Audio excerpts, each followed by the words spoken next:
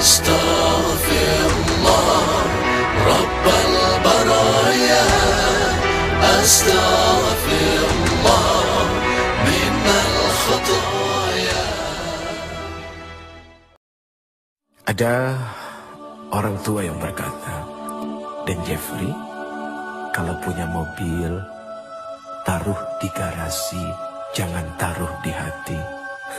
Ya iyalah, masa taruh di hati, nggak muat kali. Ternyata ungkapan itu adalah lebih kepada kecintaan terhadap benda tidak masuk ke dalam hati. Suami taruh di tempatnya, jangan taruh di hati. Istri taruh di tempatnya, jangan taruh di hati. Anak-anak, harta benda dan jabatan, taruh di tempatnya, jangan taruh di hati. Kalaupun mereka harus ada di hati, biarkan ada di kulit luar hati. Karena di dalam hati hanya Allah. Allah, Allahu Akbar. Allah, tidak ada yang lain. Jangan biarkan Allah menjadi cemburu karena itu semua. Karena Allah Maha Pencemburu. Jangankan Allah, istrimu pun, suamimu pun akan cemburu manakala engkau memiliki sesuatu yang lain di dalam hatimu. Bagaimana dengan Allah? Maka Hasbi Rabbi Jallallah, ma fi qalbi illallah. Hasbi Rabbi Jallallah, ma fi qalbi illallah. Ala al-hadi sallallah, la ilaha illallah. Ala al-hadi sallallahu, la ilaha illallah. Allah, Allah, Allahu Allah, Allahu Akbar, Allahu Akbar, Allahu Akbar, Allahu Akbar, Allah, Allah, Allah, Allah, Allah, Allah, Allah, Allah, Allahu Akbar.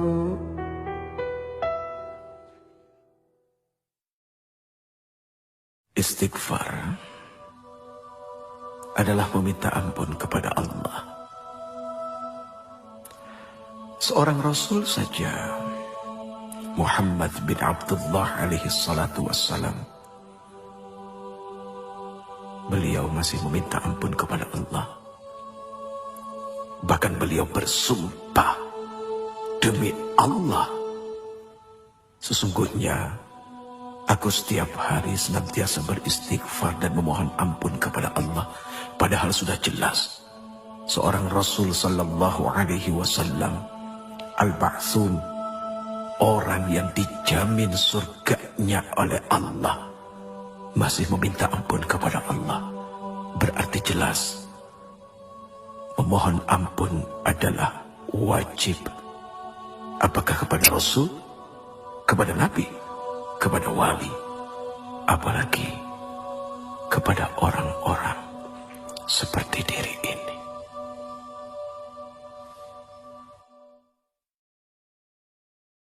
Ada kejadian cukup lumayan lucu, tapi mendatangkan hikmah yang sangat luar biasa besar. Sekali waktu Allah Subhanahu wa Ta'ala izinkan kami berangkat berumrah menuju Baitullah, kemudian berziarah datang kepada Rasul sallallahu alaihi wasallam. Begitu sampai di dalam masjid, tiba-tiba diri ini tanpa sengaja melihat seorang laki-laki, orang Indonesia yang bekerja menjadi apa ya istilahnya, marbot kali ya. Persisnya adalah orang yang suka membersihkan masjid. Kemudian terjadi obrolan, Assalamualaikum, Waalaikumsalam. Uci apa kabar? Hati ini senang juga sih dikenal orang, padahal nggak bagus ya punya hati seperti itu. Akhirnya terjadi obrolan sederhana. Sudah berapa lama kerja di sini? 3 bulan, Uje. Oh, pernah ke makam Rasul? Aduh, Uje, pernah. Sehari semalam saya di dalam, di dekat makam Rasul. Saya menyapu, saya membersihkan. Langsung tiba-tiba saja diri ini memeluk orang itu, ya Allah. Apa yang telah membuat dia begitu mudah bisa masuk dekat dengan Rasul Sallallahu Alaihi Wasallam? Sementara kami yang berulang kali bolak-balik datang berhaji, berumrah, tapi begitu sangat sulitnya untuk mendekati Rasul.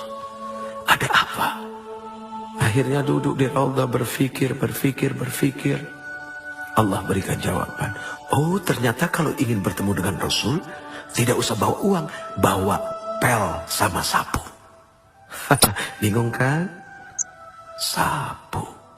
Hanya dengan membawa sapu dia bisa sedekat itu dengan Rasul. Inilah terkadang orang suka merendahkan jabatan orang lain yang lebih rendah daripadanya. Padahal maaf, seorang manajer belum tentu sering-sering bisa ketemu dengan seorang presiden direktur. Malah office boy-nya yang hampir setiap hari ketemu dengan presiden direktur. Bahkan bukan tidak mungkin seorang office boy bisa duduk di kursi presiden direktur ketika dia ngebersihin kamarnya. Ini kan subhanallah, perkara sederhana. Sapu, apa arti sapu? Sapu itu punya sifat membersihkan. Berarti bagaimana kita menyapu hati kita dari dengki, dari iri. Ternyata itulah yang membuat seseorang bisa menjadi dekat dengan Rasul. Hanya orang-orang yang hilang dengki dan tidak punya iri, dan senantiasa bersyukur dengan apa yang Allah berikan. Kemudian bermujahadah, senantiasa istiqamah dalam ampunan, taubat dan nasuha kepada Allah, hanya kepada Allah. Itu yang akan membuat dekat dengan Rasul Sallallahu Alaihi Wasallam. Ya Rasul, diri ini rindu kepada Engkau. Semoga kami menjadi orang-orang yang didekatkan dengan Engkau. Lalu kedekatan kami kepada Engkau menjadi kedekatan kepada Allah Subhanahu wa ta'ala. Ya Allah, ampuni kami dengan segala kekotoran hati kami dan perasaan merasa paling baik daripada yang lain. Subhanallah, Maha Suci Engkau, ya Allah. Semoga